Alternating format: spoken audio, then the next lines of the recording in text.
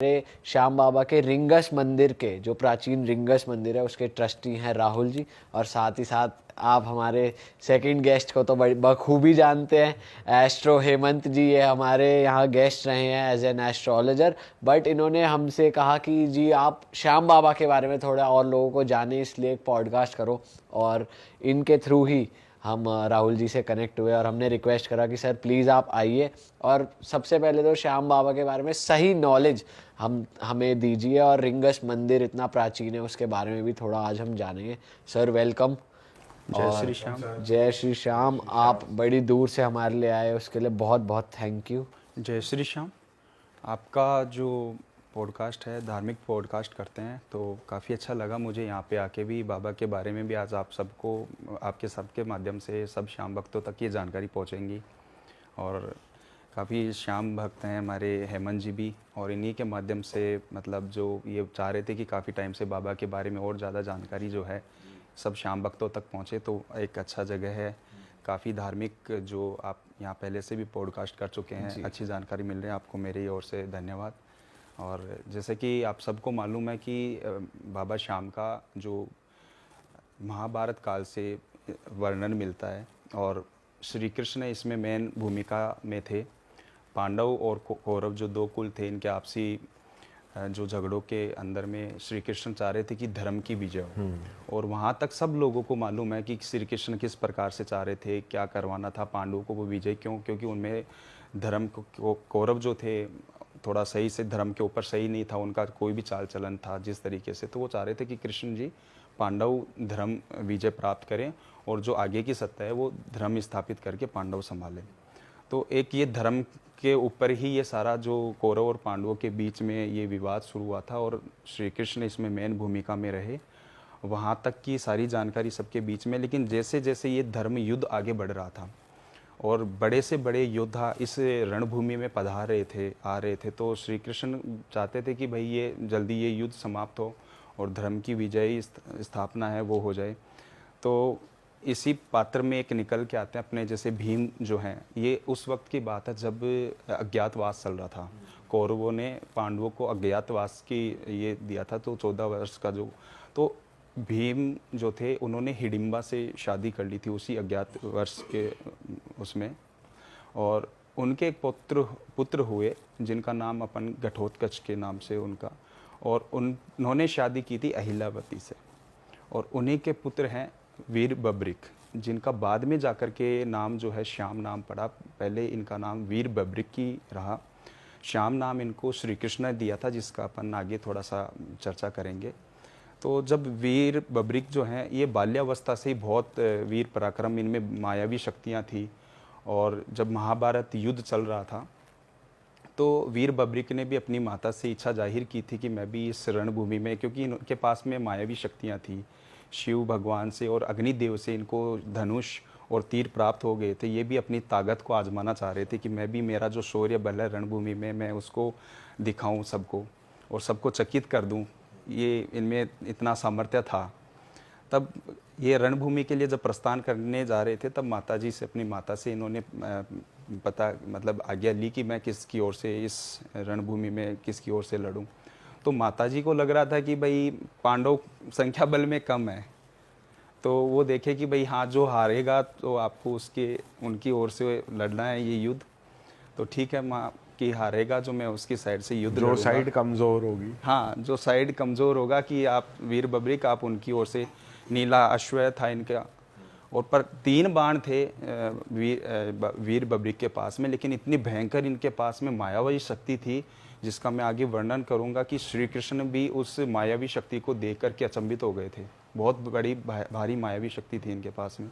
तो उसमें क्या है, जब रणभूमि का ये कुरुक्षेत्र में, आपको मालूम है, सबको सब जानते हैं कि रणभूमि में ये कहाँ हुआ था, महाभारत का युद्ध कहाँ हुआ, कुरुक्षेत्र में ये वहाँ पर ये युद्ध के चल रहा था।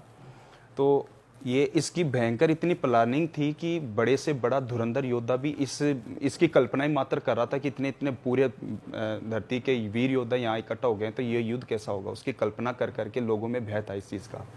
तो वहाँ क्या है, वीर बब्रिक जो बिल्कुल एक बाल्यावस्था में थे, अपने अश्व मतलब अपने घोड़े पर बैठ करके उस जो रणभूमि थे उसमें प्रवेश करे थे, तो उन्होंने सैनिकों ने उनको वहीं रोक लिया कि हे बालक कहाँ जा रहे हो आप।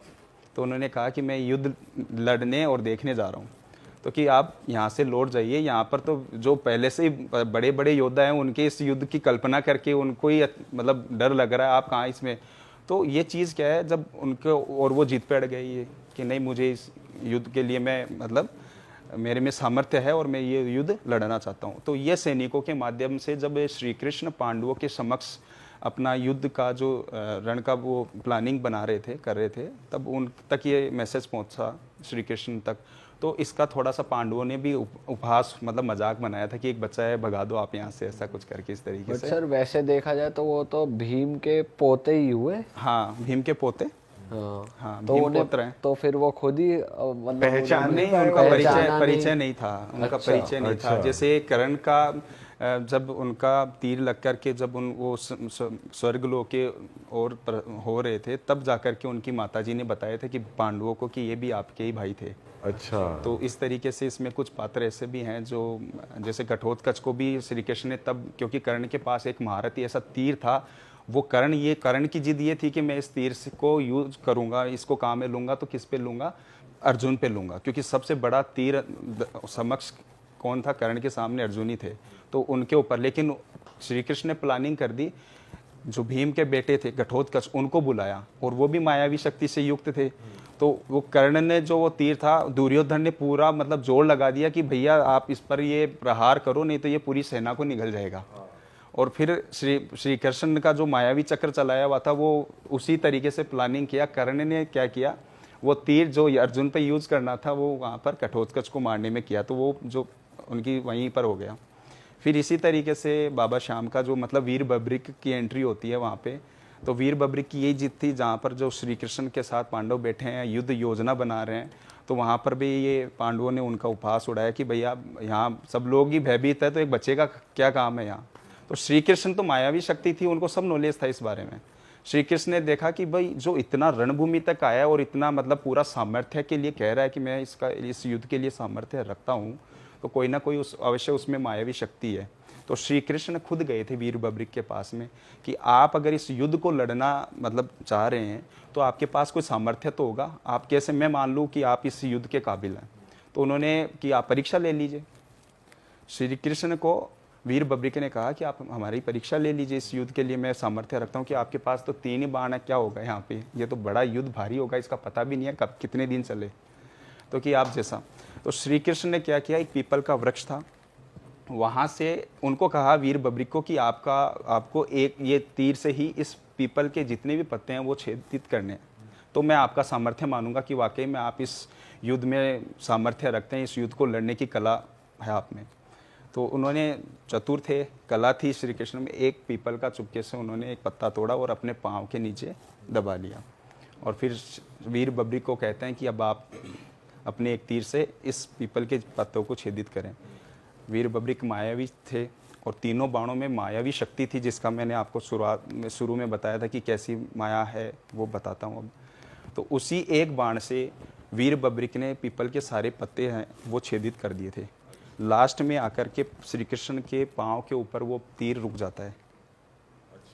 और अब वीर बब्रिक श्री कृष्ण से प्रार्थना करते हैं कि हे महादेव, हे वासुदेव श्री कृष्ण, आप अपना पाँव हटा लीजिए, नहीं तो ये अपना लक्ष्य भेदेगा वो, और हो सकता है कि आपके ये पाँव को भी छेदित करके अपने लक्ष्य को भेद करे।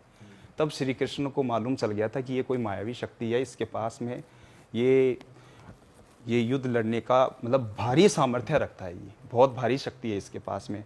लेकिन अब उनसे फिर ये सामर्थ्य जब जान पड़े श्री कृष्ण, तो श्री कृष्ण को ये भी उतावली हो गए कि भाई कैसे मैं इनका पता करूं किस पक्ष के ओर लड़ रहे हैं। तो वीर बब्रिक का वही माताजी से उनको आज्ञा मिली हुई थी कि भाई जो हारे उसकी साइड से आपको युद्ध लड़ना है। अब यह वीर बब्रिक जी से उन्होंने सुना, अचंभित पड़ गई, थोड़ा सा उनको ये चिंता बढ़ गई श्री कृष्ण की कि मैं तो धर्म विजय करा करके धर्म की स्थापना कराना चाहता हूँ। कौरव हारेंगे तो ये कौरवों की साइड से हो जाएंगे और लड़ेंगे उनकी ओर से, और कौरव की साइड से लड़ेंगे तो धर्म की स्थापना होगी कहाँ, मतलब धर्म विजय होगा ही कहाँ। तो ऐसा हो गया था कि अगर वो उनकी तरफ से लड़ते हैं तो फिर हार सकती थी बिल्कुल, पांडवों की क्योंकि साइड। श्री कृष्ण को मालूम था, इसीलिए तो उन्होंने ये फिर सारी लीला रची। हाँ श्री कृष्ण को यही तो मतलब डर सताने, मतलब ये मन में भय आ गया था कि अगर मैं चाहता हूँ कि पांडव जीते, धर्म की विजय हो, धर्म की विजय हो, अधर्म का नाश हो, मतलब अधर्म की हानि हो और पराजय हो अधर्म की, तो लेकिन अगर वीर बब्रिक अगर वो हारे हुए के साथ में लड़ेंगे तो मैं जो सोच रहा हूँ, मैं जो चाह रहा हूँ वो तो होगा नहीं।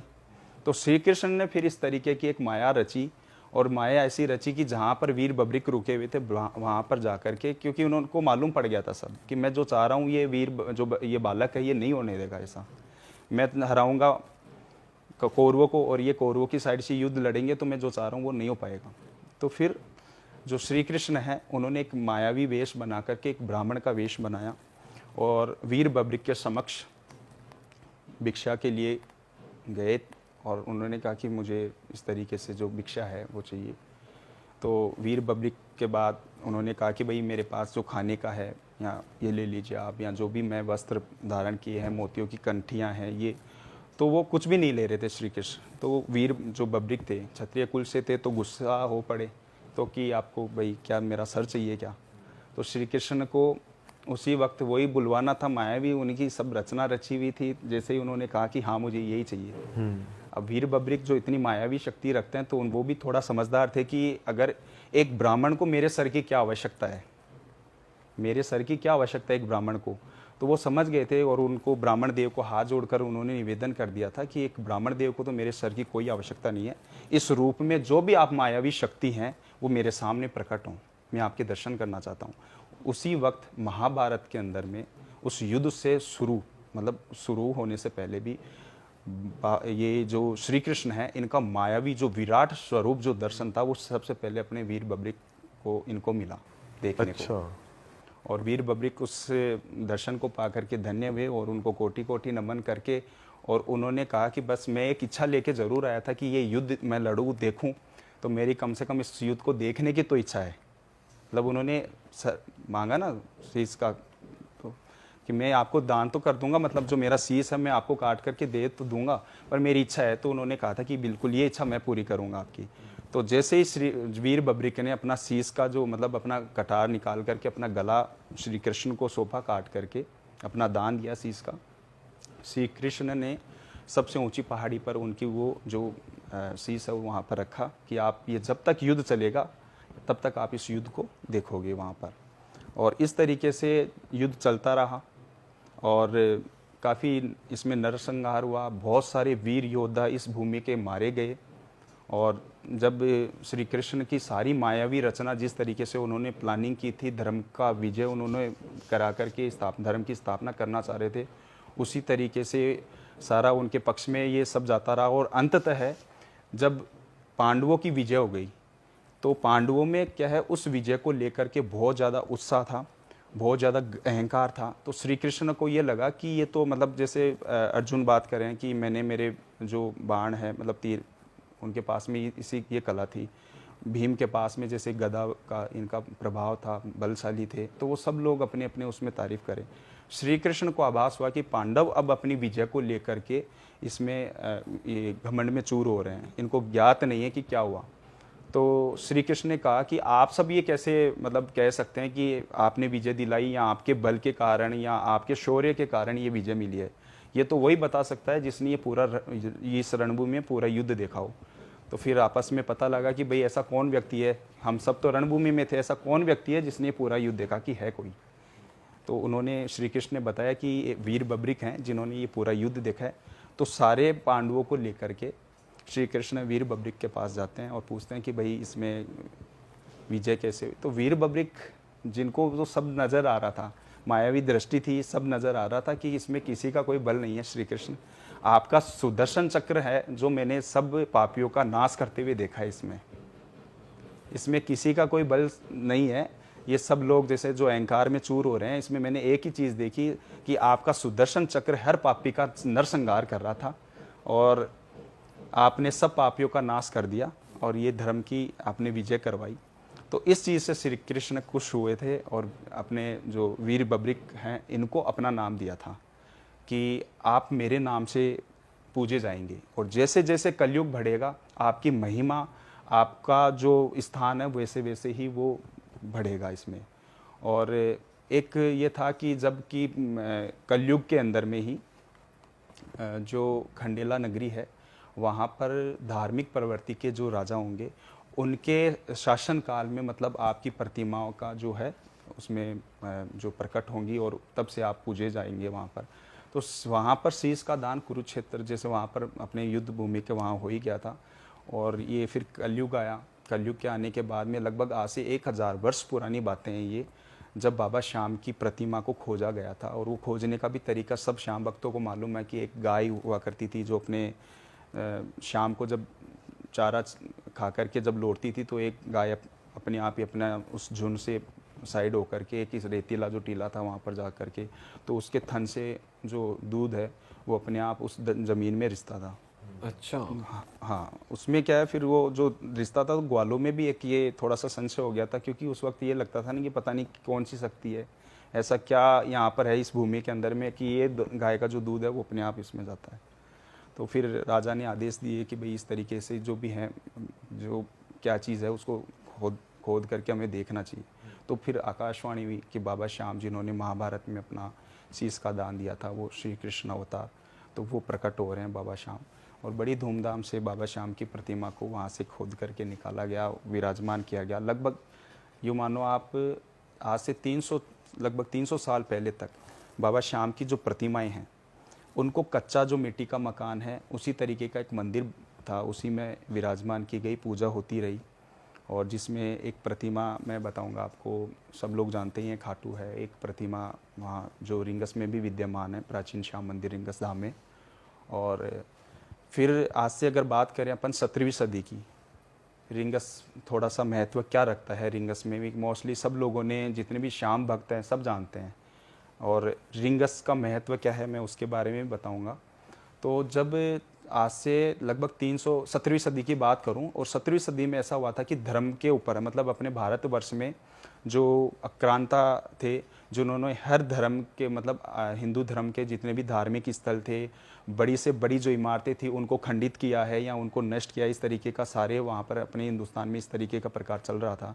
तो एक मंदिर पर इस तरीके की विपरीत परिस्थितियाँ जब खाटू में भी ऐसी पनपी, तो खाटू श्याम बाबा की प्रतिमा भी लगभग 6 महीने के आसपास में, 6-7 महीने के आसपास रिंगस जो प्राचीन मंदिर है वहाँ पर विद्यमान रही। और वहाँ पर बाबा श्याम की सेवा, दोनों प्रतिमा की सेवा पूजा होती रही। जब स्थितियाँ सामान्य रही तो फिर से बाबा को वहाँ पर स्थापित किया गया और दोनों जगह पर बाबा की जैसे पहले से चली आ रही है पूजा वैसे पूजा संपन्न होती रही है, अभी भी हो रही है। अब रिंगस को लेकर के भी बहुत से श्याम भक्तों में एक ये चीज़ है कि उनको मालूम नहीं है कि रिंगस महत्व क्या रखता है। अब कोई भी श्याम भक्त होगा कि रिंगस से यात्रा करना है, पैदल यात्रा करना है, निशान रिंगस से उठाना है, लेकिन उनको ये मालूम नहीं है कि रिंगस वजह क्यों है।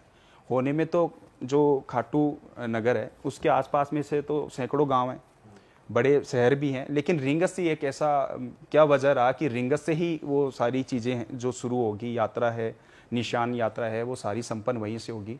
तो उसका मेन जो कारण है, मेन वजह है वो रिंगस के बाबा श्याम है, जो प्राचीन मंदिर में विद्यमान बाबा श्याम की प्रतिमा है वो है। बहुत ही प्राचीन काल से वहाँ पर बाबा श्याम की वो प्रतिमा विद्यमान है। और उसी मंदिर में जैसे कि हेमंत जी ने भी बताया था, ये वहाँ पर बाबा श्याम के रिंगस आते रहते हैं, रिंगस से फिर दर्शन करके खाटू को जाते हैं। तो इनको वहाँ जैसे हमसे जो बाबा श्याम के रिंगस मंदिर आते हैं उनको इस बारे में जानकारी है कि वहाँ पर महत्व क्या है रिंगस मंदिर में, कि वहाँ पर एक मात्र रिंगस श्याम मंदिर है जहाँ पर बाबा के दोनों शीश का जो दोनों प्रतिमा है उनका लगभग 6 से 7 महीने तक एक साथ पूजा हुआ। और ये एक विशेष महत्व रखता है रिंगस श्याम मंदिर। आज भी वो पावर महसूस होती है। और ऐसा भी है कि दर्शन पूरे नहीं होते अगर आप बिल्कुल, डायरेक्ट यात्रा जैसे तो वहाँ पूरी चले करनी चाहिए ना। देखो अब आप बहुत से ऐसे धार्मिक अपने स्थान हैं, मैं अपने भारतवर्ष की बात कर रहा हूँ कि जिसमें ऐसे काफ़ी सारे धार्मिक स्थान हैं जहाँ पर पहले जैसे कोई आप माता जी के जा रहे हैं तो फिर वहाँ पर एक भैरव मंदिर भी है, तो वहाँ पे भी दर्शन के लिए जाते हैं। तो ऐसे काफ़ी सारी जगह हैं। चार धाम में भी कोई एक धाम की यात्रा नहीं करता, वो चाहते हैं कि वो चारों धाम की यात्रा हो। तो एक यात्रा का जो प्रारूप बना हुआ है ना, वो रिंगस ही है। और रिंगस को इसी वजह से लोग जानते नहीं है। वो कहीं से भी पान की दुकान है, रेस्टोरेंट है, होटल है, कहीं धर्मशाला है, वो हर कहीं कोई मान लो निशान पूजा का कोई स्थान बना दिया, वहाँ से वो लोग सब अपनी अपनी यात्रा चालू कर देते हैं, जबकि ऐसा नहीं है। वो यात्रा रिंगस श्याम बाबा के दर्शन करने के पश्चात ही वो यात्रा शुरू करनी चाहिए। जो सैकड़ों सालों से मतलब रिंगस में आ रहे हैं, बाबा श्याम के दर्शन को आ रहे हैं ना, उन सब लोगों को तो इस बारे में जानकारी है। और वो वैसे ही प्रक्रिया बाबा श्याम की जो भी यात्रा करते हैं, दर्शन की जो अपनी यात्रा शुरू करते हैं, वो पहले रिंगस आएंगे फिर खाटू जाएंगे। और इसमें इन लोगों को थोड़ा सा मैं बताऊं आपको कि जानकारी न होने की वजह एक ये भी है कि रिंगस श्याम मंदिर के जो बाबा श्याम के ऊपर मान लो एक थोड़ा सा जानकारी का ऐसा कभी विषय रहा नहीं। और आज आपके माध्यम से मैं धन्यवाद दूंगा आपको कि आपके माध्यम से बहुत से लोग जो श्याम प्रेमी हैं उनको ये जानकारी मिलेगी कि रिंगस का नाम ही सुना है सब, हर किसी भजन में सुनेंगे रिंगस का मोड़ हो गया, या मान लो रिंगस से यात्रा निशान उठाना है, पर वो लॉजिक पता नहीं है उनको। भाई लॉजिक क्या है? अगर रिंगस ही महत्व रखता है तो फिर आप कहीं से भी उठा लो, रेस्टोरेंट है, पान की दुकान है, चाय की दुकान है, किसी धर्मशाला से, होटल से, कहीं से उठा लो। दुकान के बाहर है। अगर ऐसा कोई लॉजिक है कि रिंगस में कोई शक्ति है तो कहीं से भी उठा लो, फिर वो लॉजिक क्या है? वो लॉजिक है रिंगस का बाबा श्याम का प्राचीन मंदिर। उसके जब तक आप दर्शन नहीं करोगे, वहाँ के बाबा के श्याम के आप दर्शन नहीं करोगे, पहला निशान आपका, अगर कोई निशान चढ़ाने वाले यात्री हैं तो पहला निशान सर ये निशान चढ़ाना और यात्रा के बारे में बताओ, ये क्या रिचुअल होता है, क्या निशान होता है? यात्रा जी, निशान यात्रा ये भी क्या है, लोगों की जैसे जो बाबा को अर्जियां लगाते हैं। और कुछ तो जैसे पीढ़ी दर पीढ़ी ये चला आ रहा है सिलसिला कि जिनके पूर्वजों ने काफ़ी टाइम पहले बाबा श्याम से कुछ मनौतियाँ मांगी होगी, अर्जियाँ लगाई होंगी, बाबा ने उनकी वो पुकार सुनी, तो वो उससे प्रभावित होकर के मतलब रहता है कि हाँ भाई मेरा ये काम बन जाएगा, मैं आपको पद यात्रा करूँगा, आपको पेट पलाने, मतलब जो आपने देखा होगा काफ़ी श्याम भक्त आते हैं तो पेट के बल लेट करके आते हैं, कोई निशान चढ़ाने का कहता है। तो कईयों ने तो ये अपने पूर्वजों के आधार पर अपने वही तिथि, सेम तिथि को, फागुन मेले की तिथि है, कौन सी तिथि को जैसे उनके पूर्वजों ने चढ़ाया था उस तरीके से वो आज भी उनके पीढ़ी दर पीढ़ी उनके बच्चे हैं। और आज वो बड़े मतलब संख्या बल में ज़्यादा मतलब बड़े हो गए तो उन्होंने मंडल बना लिए, मंडल के तरीके से निशान लगने लग गया। तो वो एक परंपरा वैसे चली आ रही है। और आज भी जैसे कोई श्याम प्रेमी अगर निशान चढ़ाता है तो कोई तो खुशी से चढ़ाता है कि बाबा मैं आ रहा हूँ, निशान आपको चढ़ाने आ रहा हूँ। कुछ श्याम प्रेमी हैं जिनको कोई मनौतियाँ रहते हैं कि मेरे कुछ श्याम बाबा से किसी ने मांगा है कुछ कि बाबा मेरा ये काम है और मैं आपको निशान लेके आ रहा हूँ। कुछ का काम होने के बाद बोला हुआ रहता है ना कि बाबा मेरा ये काम बना देना, मैं फिर आपको पद यात्रा कर दूंगा, रिंगस से खाटू का पद यात्रा कर दूंगा। तो ये इस प्रकार की ये यात्राएं होती हैं। तो इसके बारे में भी काफ़ी सारे माध्यम से आपने अगर इसके बारे में पूछा ही है तो मैं एक श्याम भक्तों तक एक मैसेज भी देना चाहूँगा कि इसमें भी थोड़ा सा ध्यान रखें। एक होड़ी होड़ में हम भूल करने लगे हैं कि निशान यात्रा का महत्व खोते जा रहे हैं।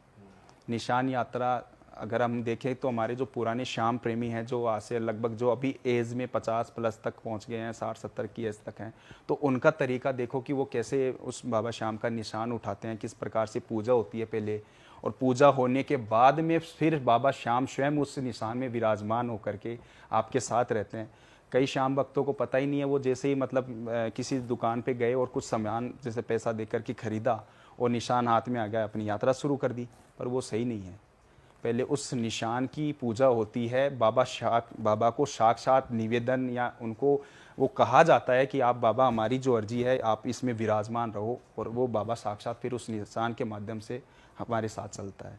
तो ये नॉलेज नहीं है। सर जैसे मेरे मन में एक सवाल आ रहा है, जी, आपने बताइए। जैसे आप पीढ़ी दर पीढ़ी आप यहाँ काम करते आ रहे हैं इसी मंदिर में, आपके फादर, आपके फिर ग्रैंडफादर भी काम करते थे, तो मैं जानना चाहता हूँ कि आप कुछ मंदिर के चमत्कार बताओ जो आपने खुद भी देखे और आपके फादर ने आपको कुछ बताया हो।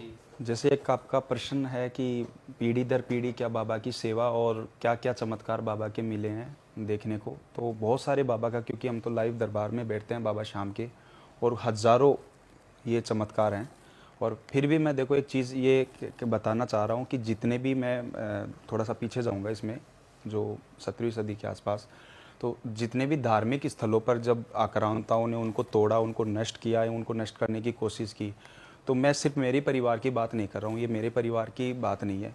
अपने भारतवर्ष में हज़ारों मंदिर है और बड़े से बड़ा मंदिर है, बहुत से ऐसे मंदिर है जो काफ़ी बार तोड़े गए और पुनः उनको बनाया गया। तो सबसे पहले तो देखो मैं आज मेरी इस हृदय से और उनको सबको चरण वंदन करता हूँ जिन्होंने उन विकट परिस्थितियों में वो नज़ारे अगर आज अपन सोचें भी तो बहुत हृदय मतलब खड़े अपन सोच भी नहीं सकते, इतने हृदय विदारक वो घटनाएं हैं।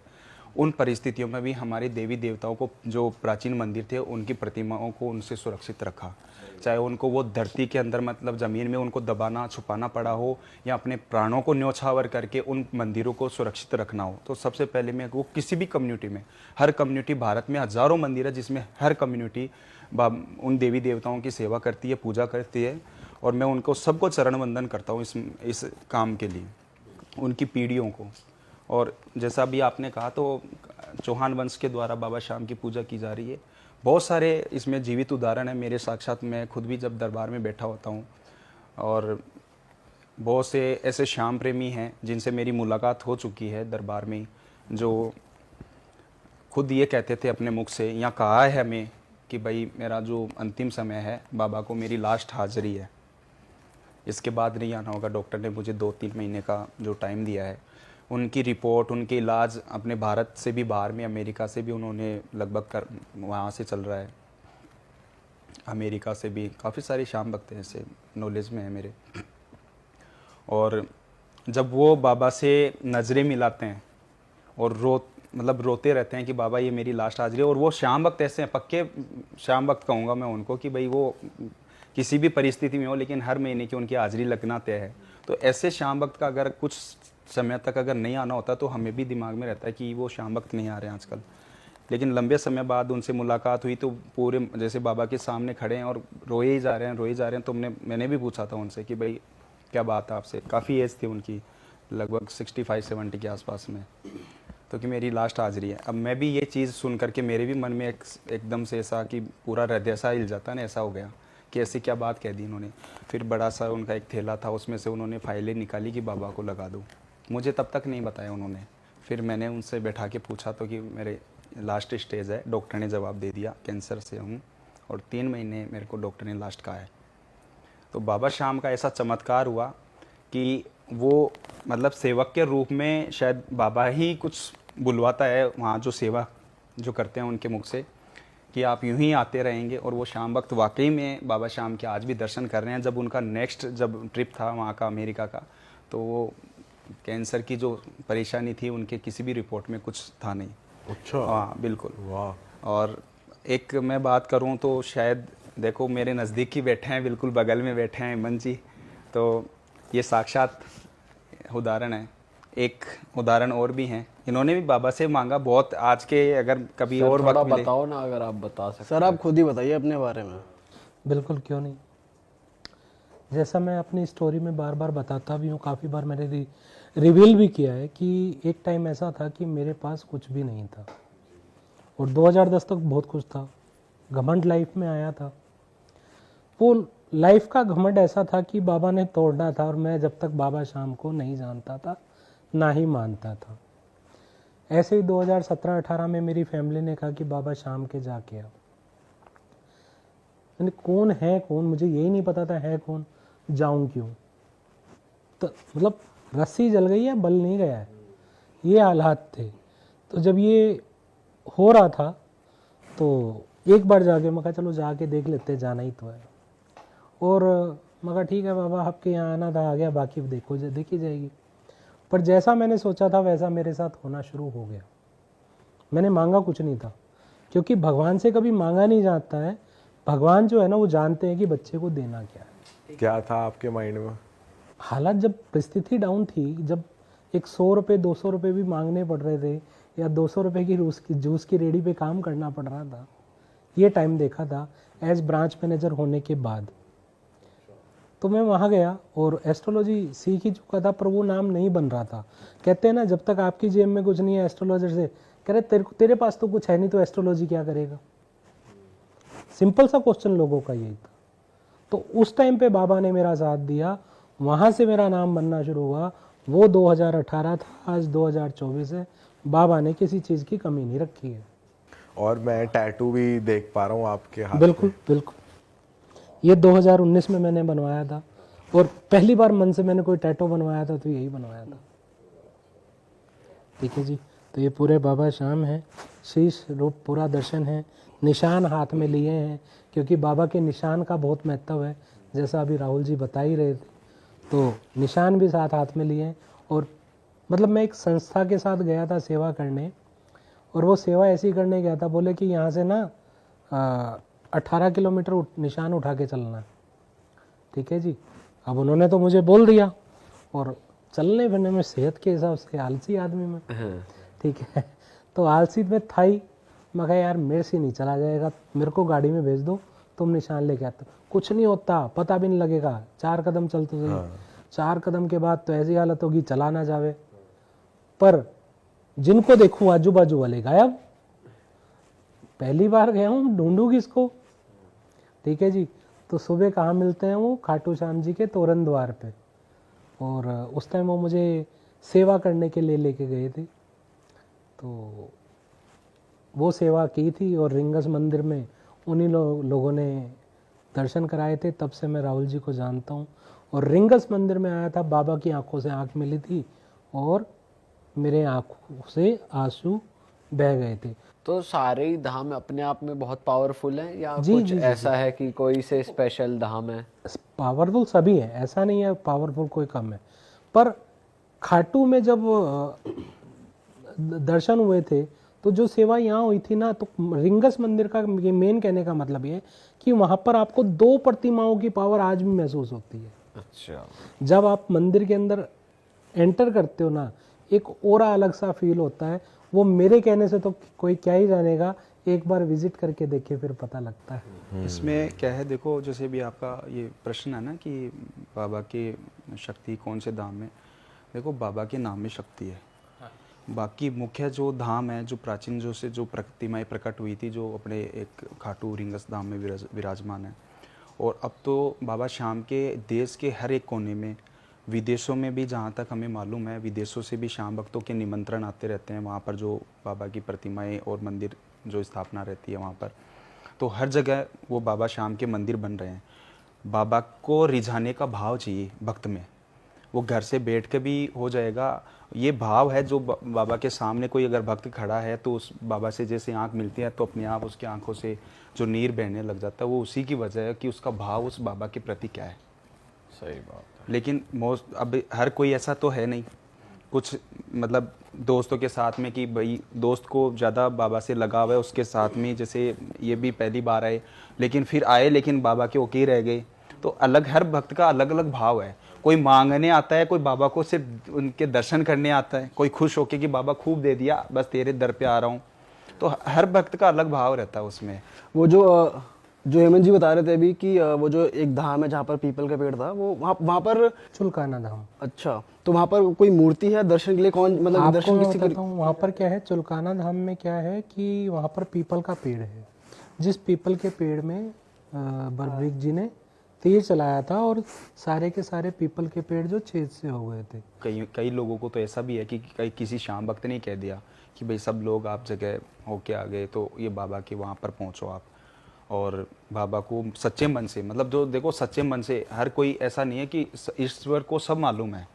किसी के लिए अगर अब मैं मेरा लाभ के लिए लेकिन मांग भगवान से वो रहा हूँ कि किसी का मंगल हो जाए, तो ये ईश्वर भी नहीं चाहेगा, वो आपको देगा नहीं। आप अपने बेहतर के लिए, समाज कल्याण के लिए, जो आप सबको सृष्टि को जन कल्याण हो, तो वो चीज़ें ईश्वर देता है। ऐसा नहीं है कि उसका नाश हो जाइए, उसमें ईश्वर आपका कभी साथ नहीं देगा। तो कहते हैं, इसी वजह से कहते हैं कि सच्चे भाव से, उसमें भाव होना चाहिए, उसमें शक्ति में कि भाई भगवान भी हमारा रीझ जाए, उससे मांगो। तो ऐसे अगर मांगे किसी के लिए मंगल कार्य मांगेंगे या उसका मंगल हो जाए, तो उसके लिए तो अपने देवी देवताएं भी रुष्ट हो जाएंगे अपने से। तो वो शक्ति तो होनी चाहिए कि किसी हमारा कोई भी जो हमारे देवी देवता हैं उनसे मांगने का कम से कम ऐसा तो लगाव, ऐसा प्रेम तो हो कि वो तो रीझें। ऐसा नहीं है कि वो मांगे ऐसा कि वो रुष्ट ही हो जाएं, तो वो भी चीज़ है। तो शाम भक्तों को क्या जानकारी मिलती है कि इस तरीके से आप भी पहुंचो वहाँ पर। काफ़ी लोगों की बाबा ने शाम ने झोली भरी है, तो वो एक सच्चे भाव लेकर के आता है, तो वाकई में बाबा शाम उसकी झोली भरता है। और जैसे काफ़ी सारे शाम भक्त हैं, जैसे एक पीताम्बरी वस्त्र को लेकर के भी मैं एक शाम भक्तों को एक जानकारी दे देता हूँ कि हर एक शाम भक्त मैं देखता हूँ, जैसे अभी बसंत पंचमी का ये पर्व रहता है बाबा शाम का, बड़ा धूमधाम से उसी दिन बाबा का अंतर्वस्त्र जो रहता है वो बदला जाता है। उसी अंतर्वस्त्र का जो पीताम्बरी स्वरूप जो बाबा का, उसी पोशाक का जो मतलब जो धारण करते हैं, उस वस्त्र का छोटे छोटे रूप में उस वस्त्र को सबको दिया जाता है। अब शाम भक्तों में उसकी भी ललक हो गई कि बाबा काम करेगा तो वो मेरे पास में होगा तो ही करेगा, ऐसा नहीं है। मैं सभी शाम भक्तों से मैं हाथ जोड़ के निवेदन कर रहा हूँ, बाबा शाम आपकी भक्ति से रिझेगा। वो चीज़ है, वो कई मायनों में वहाँ के सेवक जो हैं, बाबा के सेवक जो हैं, भक्त की पीड़ा को समझ करके वो स्वयं देते हैं, तो वो असरकारक भी है। ऐसा नहीं है कि वो लेकर के आपका कुछ मतलब वो कार्य काम बनेगा नहीं नहीं, बनेगा। हाँ, पर उसके लिए लगाव इतना मत लगाओ कि वो बने, हमारे पास आ गया तो ये हमारी बाबा सुनेगा। नहीं, बाबा सुनेगा, लेकिन वो कम से कम उन जो ज़्यादा पीड़ा में है, कम से कम उन लोगों के लिए छोड़े हम, क्योंकि वो बहुत लिमिट में जो वस्त्र होता है फिर आपको चाहिए। ऐसे तो कोई भी, मैंने सुना है शाम भक्तों से ही, बाजार में भी अब आजकल इस तरीके से हो गया, तो मैं उनसे भी निवेदन करूंगा कि इस शाम भक्त के किसी, क्योंकि नाम में तो शक्ति है, वो बाजार वाला भी चाहे कुछ बाबा के नाम का अगर वो कुछ भी उनको दे दिया ना, भक्त का नाम उसका हो गया, मेरे मालिक का हो गया कि बाबा शाम का है, तो वो बाबा शाम का ही है। पर उसके लिए जिद ना करें। जिद का मतलब ये होगी कि भाई बाबा काम करेगा तो मेरी सुनेगा, तो इसी से सुनेगा, नहीं सुनेगा। आप रिझाओ, मेरा मालिक तो बहुत बोला है, सुनेगा वो वैसे सुन लेगा आपकी, पर पुकार तो करो दिल से। लोग कर्म नहीं करना चाहते, वो देखते हैं मेरे पास ये चीज़ आ गई तो मेरे को वो बाबा के प्रति जो भक्ति भाव है मेरे को करना ही नहीं पड़ेगा, बस काम हो जाएगा। पर कम से कम श्रम करना पड़ेगा, थोड़ा सा भक्ति भाव को रिझाना पड़ेगा, खुद को बाबा को भी रिझाना पड़ेगा, तभी तो प्रसन्न होंगे बाबा। तो बाबा की पोशाक कितने टाइम, मतलब एक दिन में कितनी बार चेंज होती है? ये समय पर निर्भर होता है। कभी कभी जैसे बाबा का जो श्रृंगार रहता है, मॉर्निंग में जैसे बाबा के सबसे प्रथम मंगला आरती रहती है, फिर श्रृंगार आरती रहती है जिसमें बाबा का नया वस्त्र धारण होता है, और फिर श्रृंगार भी होता है, तो एक वो है। फिर संध्या श्रृंगार भी रहता है। तो कभी कभार तो दो वक्त भी बाबा का शाम का श्रृंगार और ये पोशाक बदल जाता है। कभी जब ज़्यादा भक्त भीड़ रहता है, मतलब बाबा की भक्तों का ज़्यादा रश रहता है, तो उस वक्त बाबा शाम का एक ही वक्त भी श्रृंगार हो पाता है, तो वो थोड़ा सा ऐसा है उसमें। और बाबा को मतलब दर्शन करने का बेस्ट टाइम कौन सा होता है पूरे साल में? ये जब ऐसा कहा जाता है ना कि बहुत ही दिव्य दर्शन है इस दिन, स्पेशल कुछ? देखो ऐसा है, इसमें ईश्वरीय शक्ति, मैं सिर्फ बाबा के बारे में बात नहीं करूँगा इस जगह के लिए, सभी देवी देवताओं को लेकर के कहूँगा कि हमारे देवी देवताओं के लिए हर दिन, हर समय, हर घड़ी उच्चतम है दर्शन करने की। लेकिन एक क्या हो जाता है, विशेष रूप से हम भक्तों के ही मन में ये आ जाता है कि विशेष पर्व ये है। जैसे वो होता है ना कि जैसे आपका बर्थडे कौन से डेट को आता है तो सेलिब्रेट भी शायद उसी को करेंगे तो थोड़ा अच्छा फील होता है, वो वाली बात है। बाकी ऐसा नहीं है कि सेम उसी तिथि को गए तो बाबा सुनेगा या रीझेगा। उसको तो किसी भी वक्त मनाओ आप, बाबा शाम के किसी भी घड़ी में, किसी भी वक्त प्रहर में आप दर्शन करो, बाबा बढ़िया से दर्शन देंगे, आपकी मनोकामना पूर्ण करेंगे। ये सिर्फ अपने मन के भाव है। जैसे एक बाबा के हर महीने जैसे शुक्ल पक्ष की एकादशी पर भक्तों की भीड़ लगती है, तो वो थोड़ा सा भक्त लोग उसको महत्व देते हैं, क्योंकि उस दिन बाबा के नाम का उपवास करते हैं, रखते हैं शाम भक्त। और उस तरीके से फिर वो उनकी चेष्टा भी ये रहती है कि बाबा का व्रत तो रखा ही है हमने, बाबा शाम का आज एकादशी का व्रत रखा ही है, तो बाबा के दर्शन भी क्यों ना आज ही कर लिए जाए। तो ये इस प्रकार से भक्तों में उस दिन के प्रति विशेष लगाव हो जाता है। और वहाँ के प्रसाद की भी कोई मान्यता है कि जैसे कि बालाजी की है कि आप वापस नहीं ले जा सकते, ऐसा कुछ है? या फिर नहीं ऐसा आप कुछ घर भी ले नहीं जा है। सकते हो? बिल्कुल बिल्कुल, बाबा शाम की कोई भी चीज़ हो आप उसको ज़रूर घर लेके जा सकते हो। बस एक विशेष रूप से मैं थोड़ा सा कहूँगा कि बाबा शाम का प्रसाद आपने अगर लगाया है, भोग मिला है आपको, बाबा का जूठन मिला है हमें खाने को, तो सबको वितरण करो, कोई प्रकार की दिक्कत नहीं है। घर लेके जाओ, पड़ोसियों को दो, मोहल्ले को दो, अपने अगर ऑफिस काम करते हो तो सब ऑफिस वालों को खिलाओ, सबको खिलाओ, कोई दिक्कत नहीं है। बस कुछ चीज़ें हैं जो अगर बाबा के प्रसाद स्वरूप अगर गर्भगृह से अगर कोई वस्तुएं मिलती हैं, जैसे मैं बात करूं कि कोई बाबा का किसी शाम भक्त को पोशाक मिल गया, किसी को अंतवस्त्र मिला है, या फिर किसी शाम भक्त को मोरजड़ी मिला है, तो ऐसी चीज़ें फिर आप हर कहीं मत रखो। उनके कोशिश करो कि उनको किसी का हाथ नहीं लगे, इस प्रकार से अपने पूजा के स्थान पे वहाँ पर भी थोड़ा सा सही व्यवस्थित रखें। हाँ, तो मैं थोड़ा सा बस श्याम भक्तों को ये थोड़ा सा निवेदन ही कर सकता हूँ। देखो, कहना अपना है कि भाई सब लोगों तक सही जानकारी हो, करना उनको है। फिर भी मैं चाहूँगा कि बाबा श्याम के प्रति उनके विशेष जो जुड़ाव है बना रहे और गलतियाँ ना हो उनसे।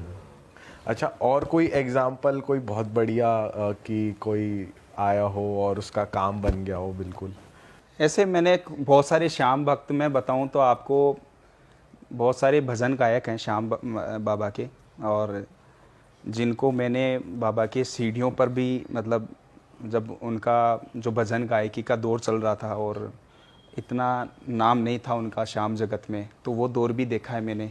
हालांकि अभी मैं कहूँगा नहीं, लेकिन मैंने खुद की अपनी आंखों से देखा है वो।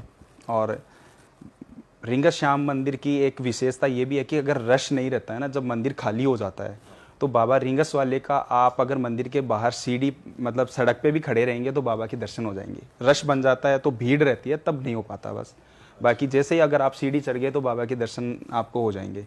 तो उन श्याम भक्तों को, काफ़ी को मैंने मंदिर की सीढ़ियों के बाहर तपती धूप में मई जून के महीने तक भी देखा है मैंने। वो वहाँ पर घंटों घंटों खड़े रहते थे। मैं खुद, मेरी ज़्यादा मतलब इस वक्त की आयु है उतना नहीं था, मैं ये मानो लगभग 14-15 साल की आयु रही होगी मेरी। हमें खुद को ये थोड़ा सा लगता था कि जिस फर्श पे, मतलब जो मार्बल फर्श है वहाँ पे, और गर्मी के कारण वो इतना तप जाता है, इतना तेज़ गर्म रहता है वो, कि उस पर आप पैदल तो मतलब थोड़ा सा दूर भी नहीं चल सकते। वो घंटों घंटे वहाँ खड़े रहते थे। तो वो पीड़ा महसूस होती थी हमें कि कितना गर्म और कितनी पीड़ा में है ये। पर उनका क्या था कि बाबा को देखते रहते थे, उनकी आंखों से तुरंत लगातार मतलब आंसू चलते रहते थे। वो भाव था उनका बाबा से जुड़ाव का, हमें फील होता था वो दर्द। तो क्या करते थे हम, पानी की छोटी छोटी बाल्टियाँ वो वहाँ पर उस फर्श पे डाल देते ताकि वो गर्म की सूरज की जो किरणें हैं उसको, उनके जलन, पाँव में जलन ना करें। कभी कभी ऐसा भी करते थे कि दरी डाल दिया और उसको गीला कर देते थे। तो और आज वो श्याम जगत में उनका काफ़ी नाम है। अच्छा, बहुत नाम है। मांगने वाला चाहिए। देखो, मैंने ये कहा ना कि जिसका भाव होगा ना वो लेके जाएगा। जिसने बाबा श्याम को सच्चे मन से ध्यान लिया, जिसने याद कर लिया, वो लेके जाएगा। श्याम बहादुर जी भी नाम, जिन्होंने, आज मैं क्या बताऊं उनके बारे में। खाटू में जब उनको दर्शन नहीं मिला था, वहाँ पर सेवक परिवार से वो रिक्वेस्ट कर रहे थे कि भाई मैं थोड़ा सा विलम्ब हो गया पहुँचने में, मुझे दर्शन हो जाए। लेकिन उनको वहाँ से, क्योंकि एक समय प्रहर टाइम सब रहता है, मंदिर का कपाट लग चुके थे, तो वो भाव में उन्होंने वो मोरजड़ी से उन्होंने ताला खोल दिया था। तो आज भी श्याम जगत में श्याम बहादुर जी का भी नाम बड़े मतलब सम्मान से लिया जाता है श्याम भक्त के में जी। आलू सिंह जी महाराज हैं, जो वो तो खुद सेवक परिवार से, खाटू जो सेवक परिवार है उन्हीं से हैं वो। उनका भी उसी तरीके से उनका सम्मान के साथ में वहाँ पर नाम लिया जाता है। वो भी बड़े भक्त बने वहाँ पर। और शायद स्तुति में जो मतलब हमारे उन जो बाबा श्याम की स्तुति है उनमें उनका नाम आता है। श्याम बहादुर जी का भी नाम है आरती में, इनमें। तो जो नाम कमाता है भक्ति में उसका नाम है। अब प्रहलाद जी की बात करें, स्वामी नारायण जी के काफ़ी परम भक्त थे और आज भी नाम है। अभी थोड़े से टाइम पहले ही तो ली गई है, तो नाम हमारा आज भी उनका। बस एक छोटा सा निवेदन ये है मेरा, जो श्याम जगत में जितने भी श्याम भजन गायक हैं उनको लेकर के, कि एक बाबा का जब भी कीर्तन सजता है, पंडाल लगते हैं बाबा के कीर्तन के, तो हज़ारों लोग बाबा के वहाँ भजनों को सुनने के लिए वहाँ पहुँचते हैं।